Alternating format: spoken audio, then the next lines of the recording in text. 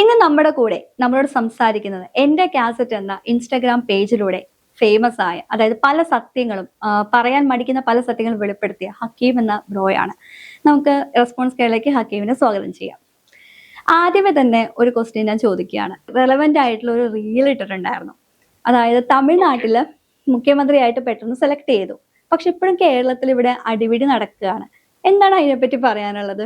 അതിനെപ്പറ്റി പറയാനുള്ളത് എന്താ വെച്ചാൽ, ഇപ്പൊ തമിഴ്നാട്ടില് 2 വർഷം കൊണ്ട് ഒരു പാർട്ടി ക്രിയേറ്റ് ചെയ്തെടുത്ത് ആള് മുഖ്യമന്ത്രിയായി ഒരുപാട് വാഗ്ദാനങ്ങൾ എഴുതി ഒപ്പിട്ട് കൊടുക്കൽ വരെ കഴിഞ്ഞു. അവിടെ നമ്മുടെ നാട്ടില് 10-ാം തീയതി എന്ന് പറഞ്ഞ ഒരു ദിവസത്തില് മുഖ്യമന്ത്രിയെ തെരഞ്ഞെടുക്കും എന്ന് പറഞ്ഞിട്ട് ഇപ്പോഴും ചർച്ച നടന്നുകൊണ്ടിരിക്കുകയാണ്.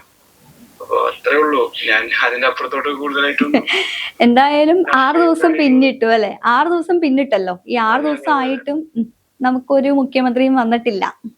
മുഖ്യമന്ത്രി വന്നിട്ടില്ല എന്നുള്ളതാണ്. അതെ, ഇപ്പോഴും ചർച്ച നടന്നുകൊണ്ടിരിക്കുകയാണ്. നാളെ എന്നുള്ള ഒരു രീതിയിലാണ് നിൽക്കുന്നത്. അതെ അതെ. ഇപ്പോ അതാ അറിയുന്നത് വാർത്തകൾ വഴി അറിയുന്ന കാര്യങ്ങൾ മാത്രമേ അറിയുള്ളൂ. അല്ലാതെ കൂടുതൽ ഈ രാഷ്ട്രീയത്തിൽ വലിയ പിടിപാടുള്ള ഒന്നല്ല. കോൺഗ്രസ് പാർട്ടിയോ കമ്മ്യൂണിസ്റ്റ് പാർട്ടിയോ സപ്പോർട്ട് ചെയ്യുന്ന ആളല്ല.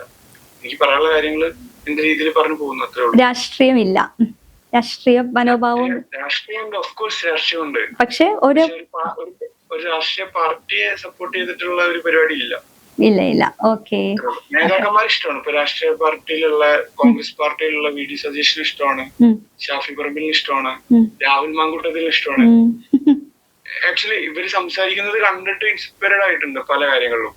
ഈവൻ ബി.ജെ.പിയിൽ ഉണ്ടായിരുന്ന അഖിൽമാരാറിന്റെ സംസാരം പോലും എനിക്ക് ഇൻസ്പയർഡ് ആയിട്ടുണ്ട്.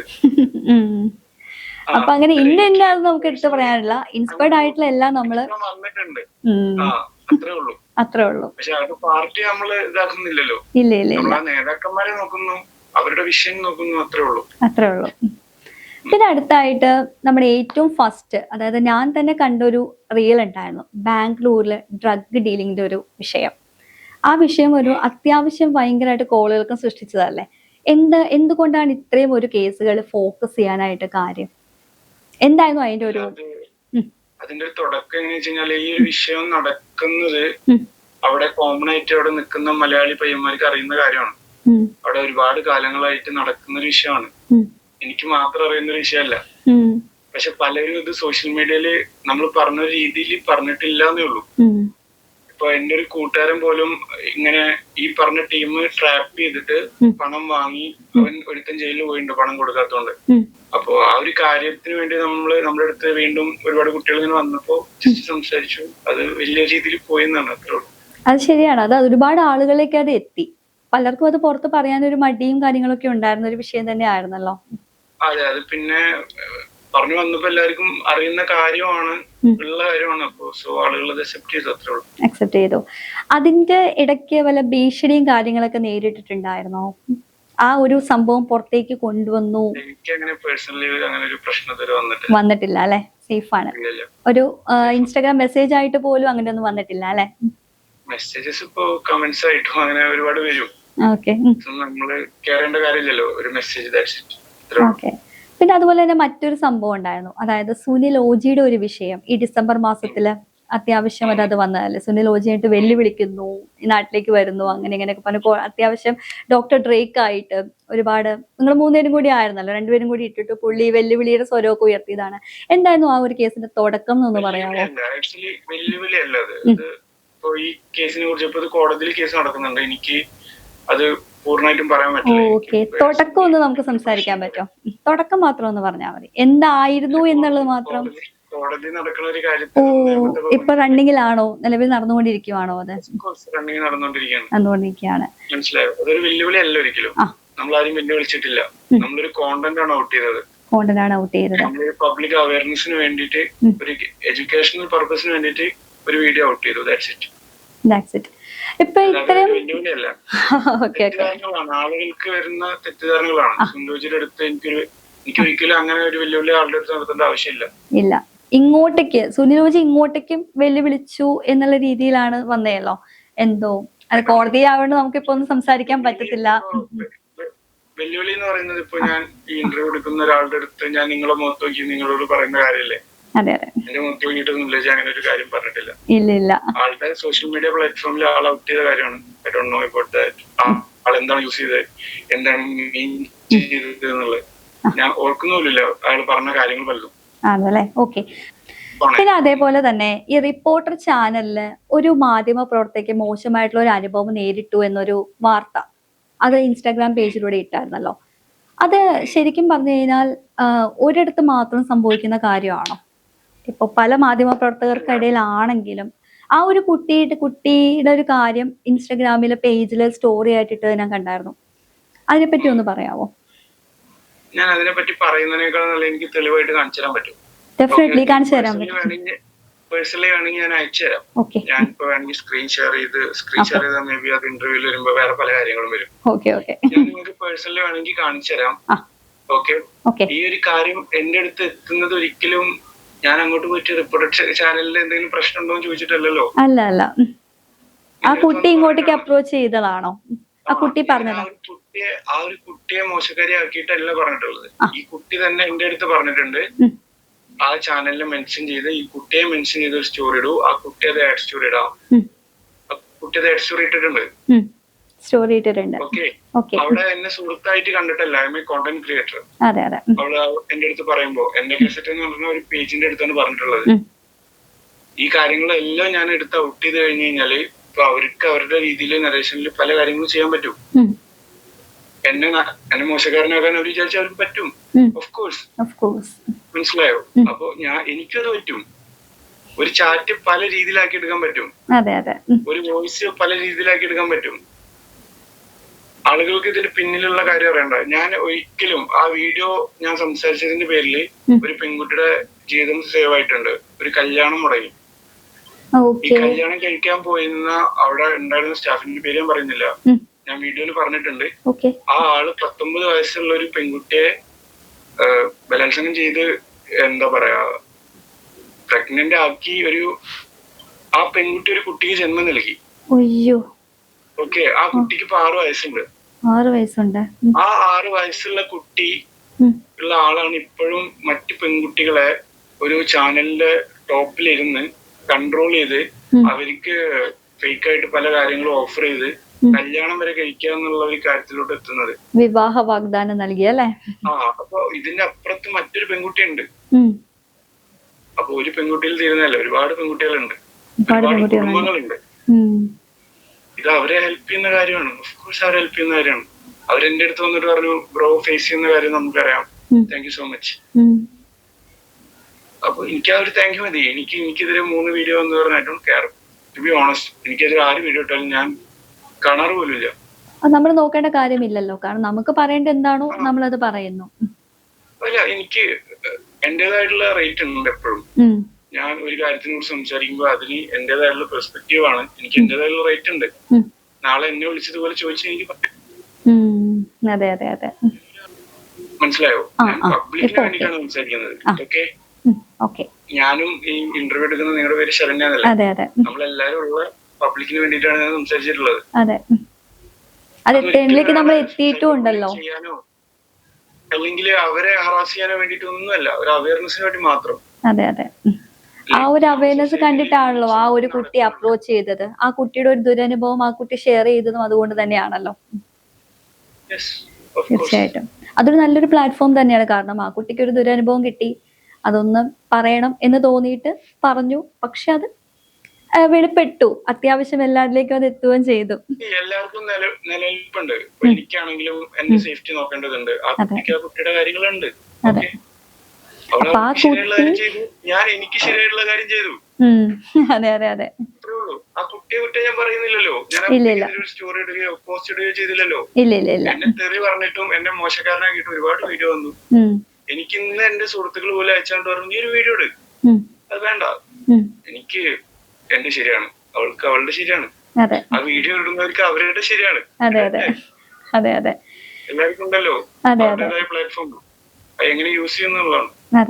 അതായത് 2-3 കൊല്ലം മുൻപേ ആണെന്ന് തോന്നുന്നു. നമ്പർ 18 ഹോട്ടലില് അതിനെ കുറിച്ച് നിങ്ങൾ കൂടുതലായിട്ട് ഞാൻ അന്ന ജോണിനെ കണക്ട് ചെയ്തായിരുന്നു, പക്ഷേ അത് കിട്ടിയില്ല. അതുകൊണ്ടായിരുന്നു. ഞാൻ വേണമെങ്കിൽ സംസാരിക്കാം. ഓക്കെ, അതിനെപ്പറ്റി ചെറുതായിട്ട് നമുക്കൊന്ന് ചോദിച്ചാലോ? അതിനെപ്പറ്റി അതിന്റെ ആവശ്യമില്ല. അവരാണ് അതിനെ കുറിച്ച് സംസാരിക്കുന്ന ആള്. അപ്പോ സാറിന് കണക്ട് ചെയ്ത് തരാവോ എന്നാ അന്ന മാമിനെ? സപ്പോർട്ട് ചെയ്ത് അവരെ കട്ട്സ് വെച്ച് സംസാരിച്ചു തുടങ്ങിയ ഒരാൾ മാത്രമാണ്. ആ അപ്പൊ ആ മാം തന്നെ. ബാക്കിയുള്ള കാര്യങ്ങൾ മൊത്തം ന്യൂസിൽ വന്ന കാര്യങ്ങൾ മാത്രമാണ്, അല്ലാതെ എന്റെ സൈഡിൽ നിന്ന് ഞാനൊന്നും ഫൈൻഡ് ചെയ്തിട്ടില്ല. അതെ അതെ. പിന്നെ അങ്ങനെയാണെങ്കിൽ എനിക്കിപ്പോ പറയാനുള്ളത്, എന്തുകൊണ്ടാണ് ഇപ്പൊ ഈ തുടക്കത്തിൽ തന്നെ ഇപ്പൊ ഒരു ശബ്ദമായിട്ട് നിൽക്കുവാണല്ലോ, അതായത് പൊതുജനങ്ങൾ അറിയേണ്ടതും പറയേണ്ടതുമായിട്ടുള്ള പല കാര്യങ്ങള് പേജിലൂടെ ആണെങ്കിലും പറയുന്നുണ്ട്. അപ്പോ ഈ ഈ തുടക്കത്തിൽ തന്നെ ഇങ്ങനെ ഒന്ന് പ്രചോദനം എന്തെങ്കിലും ഇൻസ്പയർഡ് ചെയ്തിട്ടാണോ ഈ ഒരു പ്ലാറ്റ്ഫോം ചൂസ് ചെയ്ത് ഇങ്ങനെ പറയാനായിട്ട് ചൂസ് ചെയ്തത്? ശബ്ദമാകണം, ശബ്ദമാകാത്തവരുടെ ശബ്ദമാകണം എന്ന് വിചാരിച്ചിട്ടാണോ? അല്ല, അങ്ങനെയല്ല. ഒരിക്കലും അങ്ങനെയൊന്നുമില്ല. ഇപ്പൊ എന്റെ ശബ്ദത്തിൽ എനിക്ക് പറയാൻ പറ്റുന്ന കാര്യങ്ങൾ പറയാ, അങ്ങനെയുള്ളൂ. ആദ്യമൊക്കെ മുഖം കാണിക്കാൻ എനിക്ക് എന്താ പറയാ, എനിക്ക് തന്നെ എന്തോ ഷെയിമായിരുന്നു ആളുകളുടെ മുന്നോട്ട് വരാനും ഫേസ് കാണിച്ച് വീഡിയോ ചെയ്യാനും ഒക്കെ. എന്റെ പേരൻസും ഇപ്പോ ഞാൻ സൗദി അറേബ്യയിലായിരുന്നപ്പോ എന്റെ അവിടെ ഗാർഡിയനായിട്ടുണ്ടായിരുന്ന എന്റെ മാമൻ എന്ന് പറയും, ആളും എന്നെ കാണിച്ചിട്ടുണ്ട് നീ വീഡിയോ ചെയ്യണ്ട, അത് നിനക്ക് പേഴ്സണലി എന്തെങ്കിലും ഇഷ്യൂസ് വരും. അവർക്ക് എന്നോടുള്ള ഒരു കെയറും സ്നേഹമാണത്. പക്ഷെ എനിക്ക് ഇതിനോടുള്ള ഒരു ഇഷ്ടം, കോണ്ടന്റ് ക്രിയേഷനോടുള്ള ഒരു താല്പര്യം, അത്രേ ഉള്ളൂ. ഇൻസ്പയർഡ് ആയിട്ടുണ്ടോ ഏതെങ്കിലും ഒരു കോണ്ടന്റ് ക്രിയേറ്ററോ എന്തെങ്കിലും ഒരു രീതിയിൽ ഇൻസ്പയർഡ് ആയിട്ടുണ്ടോ തുടക്ക കാലങ്ങളിൽ വല്ലതും? അങ്ങനെ ഒരു സംഭവം ഇല്ല. നമ്മൾ ചെയ്യുന്ന പരിപാടി ചെയ്ത് അത് ഒന്നുകൂടെ മെച്ചപ്പെട്ട് ചെയ്യാൻ വേണ്ടിട്ട് നമ്മുടെ കൂടെ ഒരു ടീം ഉണ്ടായി എന്നുള്ളതാണ്. എനിക്ക് നല്ലൊരു എഡിറ്റർ കിട്ടി, അഹമ്മദ് സാബിത്ത് എന്നാണ് അവന്റെ പേര്. സൗൾ അഹമ്മദ് എന്നൊരു ഇൻസ്റ്റാഗ്രാം പേജ് ഉണ്ട്. അപ്പൊ അവനാണ് ഇപ്പൊ ഈ ഒരു ദിവസം വരെ ഇന്ന് വരെ വീഡിയോ ഔട്ട് ചെയ്തതില് ഞാൻ വീഡിയോ മാത്രം ഷൂട്ട് ചെയ്ത് അവനെ അയച്ചു കൊടുക്കുള്ളൂ.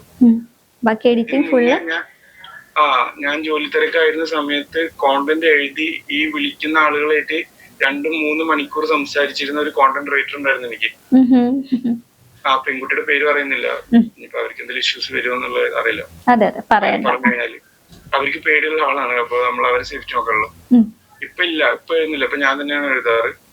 അപ്പോ എനിക്ക് ജോലി ഉണ്ടായിരുന്ന സമയത്ത് 1 മണിക്കൂർ ഗ്യാപ്പിലായിരുന്നു ഞാൻ വീഡിയോ എടുത്തിരുന്നത്. ബാക്കി മൊത്തം ചെയ്തത് ഈ ടീമാണ്. ഞാൻ ഒരിക്കലും എന്റെ ഒരു കഴിവുകൊണ്ട് മാത്രം വന്നതല്ല, വർക്ക് ചെയ്തൊരു ടീമുണ്ട് ആക്ച്വലി. എന്താണ് ഇപ്പൊ സമൂഹത്തിനോട് ഒരു മെസ്സേജ് കൊടുക്കാനുള്ളത്? പൊതുവെ ഒരു കാര്യം പറയാം, ഇപ്പൊ ചില ആൾക്ക് പ്രതികരണശേഷി ഭയങ്കര കുറവാന്ന് തോന്നിയിട്ടുണ്ടോ ഈ സമൂഹത്തില്?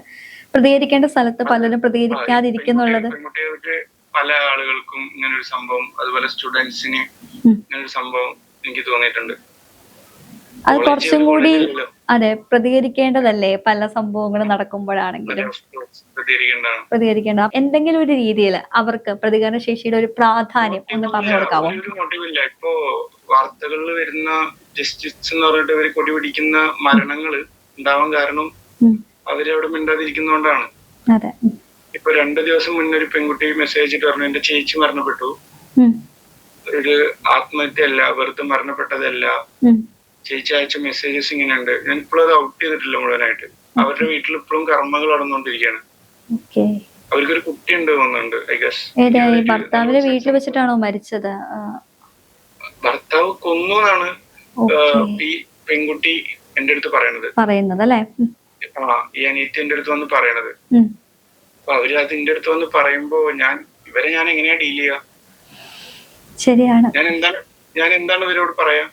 ഇവരെ ചേച്ചി മരണപ്പെട്ടു, എന്റെ സാറെന്നൊക്കെ വിളിക്കുന്നത്. അപ്പൊ ഞാൻ പറഞ്ഞു ബ്രോ എന്റെ പേര് വിളിച്ചാൽ മതി, ഓക്കെ നമ്മള് സെയിം ഏജ് ആയിരിക്കും മേ ബി, അപ്പൊ എന്റെ പേര് വിളിച്ചാൽ മതി, നിങ്ങൾ പറയാനുള്ള പറയൂ, എനിക്ക് എന്താ പറയാന്ന് പോലെ അറിയില്ല പറഞ്ഞിട്ട് കരയുന്ന ആളുകളുണ്ട് പല കാര്യങ്ങളും വന്ന് പറഞ്ഞിട്ട്. എല്ലാതും നമുക്ക് ആളുകളോട് പറയാനും ഷെയർ ചെയ്യാനും പറ്റിയെന്ന് വരില്ല. ചിലർ നമ്മൾ ചെയ്ത് കഴിഞ്ഞിട്ട് ഒരു സ്റ്റോറിയോ അല്ലെങ്കിൽ ഒരു വീഡിയോ ഇട്ട് കഴിയുമ്പോ തന്നെ പിന്നീട് അവർക്ക് അത് ഭയങ്കര പ്രശ്നമായിട്ട് മാറും. അവരുടെ നിലനിൽപ്പുണ്ട്, നമുക്ക് ഈ ഡീറ്റെയിൽസ് തരുന്നവരുടെ നിലനിൽപ്പുണ്ട്. അവർക്ക് പറ്റൂല എന്ന് പറഞ്ഞാൽ നമ്മൾ വീഡിയോ ടേക്ക് ഡൗൺ ചെയ്യാനോ സ്റ്റോറി ടേക്ക് ഡൗൺ ചെയ്യാനോ നിന്ന് കഴിഞ്ഞാല് മറ്റുള്ളവർ പറഞ്ഞു നടക്കുന്നത് ഞാൻ പണം വാങ്ങി എന്നുള്ളതാണ്, അല്ലെങ്കിൽ അത് ഡിലീറ്റ് ചെയ്തു എന്നുള്ളതാണ്. അപ്പോ ഇതൊരാള് പറഞ്ഞ ഒരു വീഡിയോ ഇങ്ങനെ ഔട്ട് ആവുന്നു, പിന്നീട് അത് ആളുകള് ഭയങ്കരമായിട്ട് ഏറ്റെടുക്കുന്നു. അങ്ങനെ ഒരു പ്രശ്നമുണ്ട് ആക്ച്വലി. പ്രതികരണത്തിന്റെ കാര്യം പറഞ്ഞപ്പോ ഞാൻ പറഞ്ഞാണ് അങ്ങനെ ഒരു സംഭവം ഉണ്ട്. ഇതിൽ കുടുങ്ങി പോകുന്നതും ചീത്തപ്പേര് വരുന്നതും നമുക്ക് മാത്രമാണ്. ശരിയാണ്.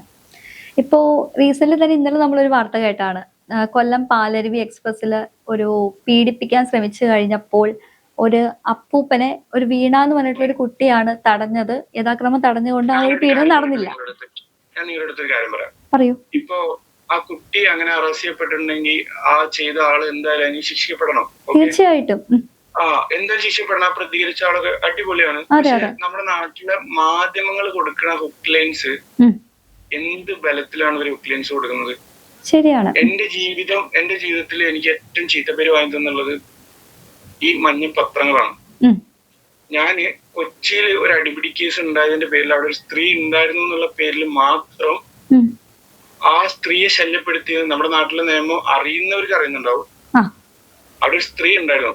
അവിടെ അവരുടെ പുരുഷന്മാരുമായിട്ട് അടിപിടി ഉണ്ടായപ്പോ അവിടെ ഒരു സ്ത്രീ ഉണ്ടായിരുന്നു.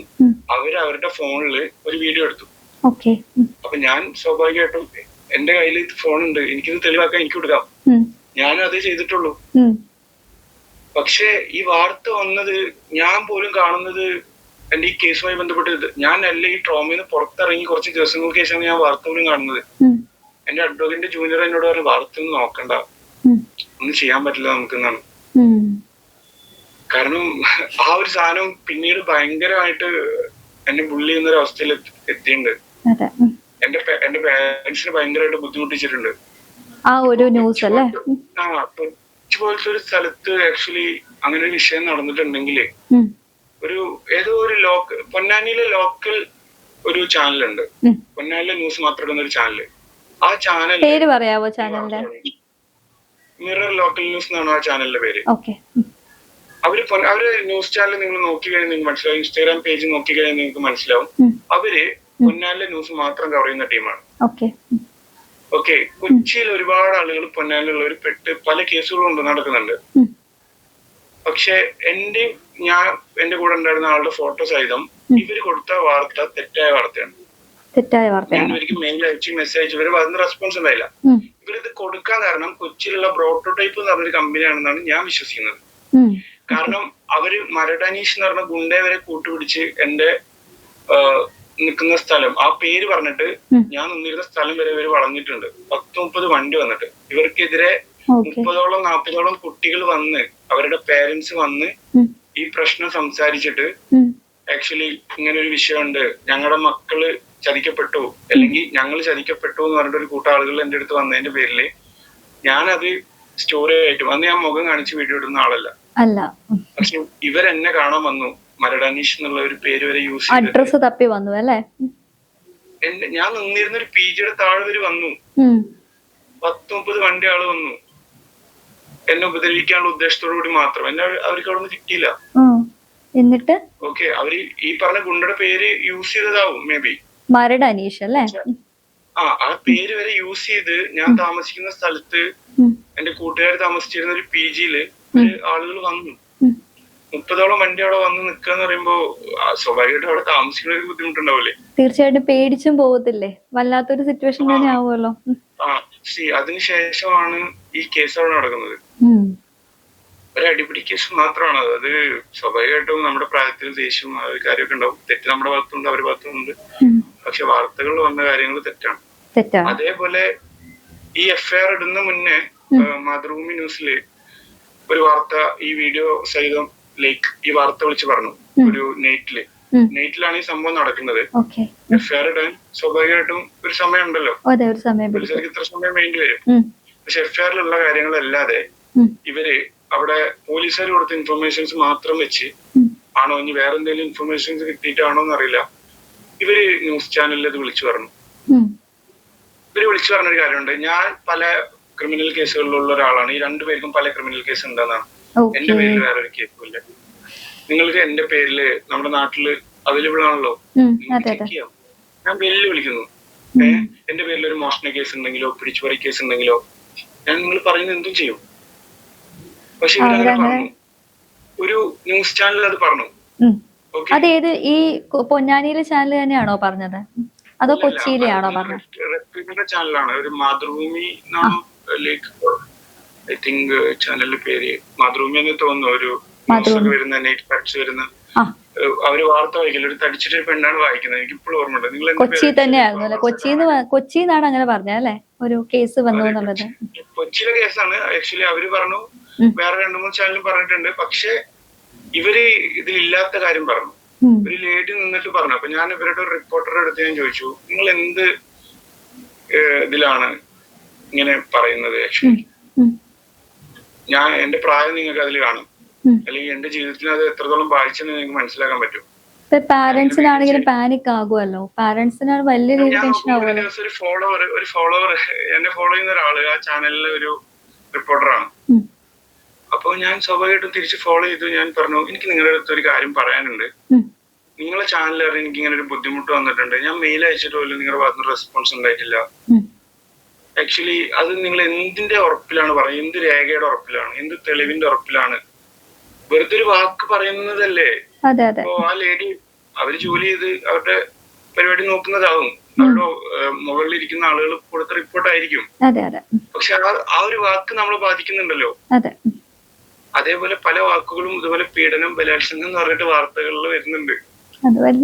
അത് നമ്മൾ തിരിച്ചറിയണം. ഇപ്പോ ആ പെൺകുട്ടിയെ ഉപദ്രവിച്ച ആൾക്ക് ശിക്ഷ കിട്ടണം. ഞാൻ ഓഫ് കോഴ്സ് അങ്ങനെയാണെങ്കിൽ അയാൾക്ക് ശിക്ഷ കിട്ടണം.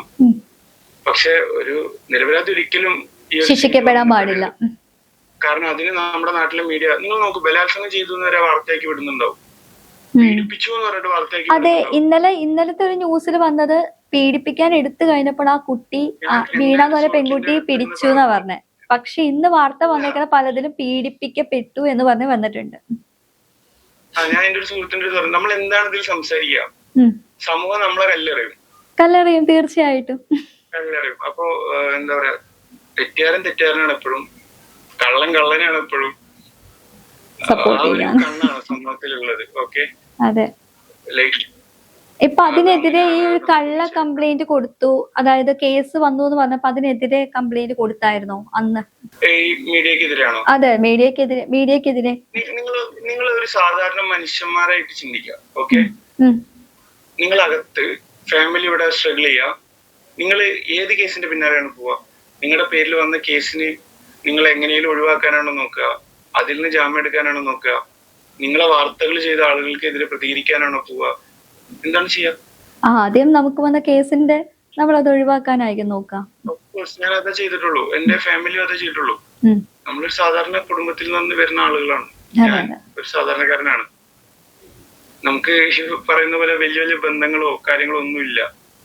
എനിക്കിപ്പോ എന്റെ ഫോണിലുള്ള കോണ്ടാക്ട്സ് യൂസ് ചെയ്ത് കഴിഞ്ഞാല് പലരും ഹെൽപ്പ് ചെയ്യാൻ പറ്റും. അത് ഞാൻ ഈ ഒരു പ്ലാറ്റ്ഫോമിൽ വന്നതിന് ശേഷം മാത്രമാണ്. അതാണ് ഞാൻ പറഞ്ഞത്. ലൈക്ക് ഒന്നും അല്ലാത്തവന് ഈ നാട്ടില് എന്തും സഹിക്കേണ്ടി വരുന്ന ഒരു അവസ്ഥ ഉണ്ട് ആക്ച്വലി നമ്മുടെ നാട്ടില്.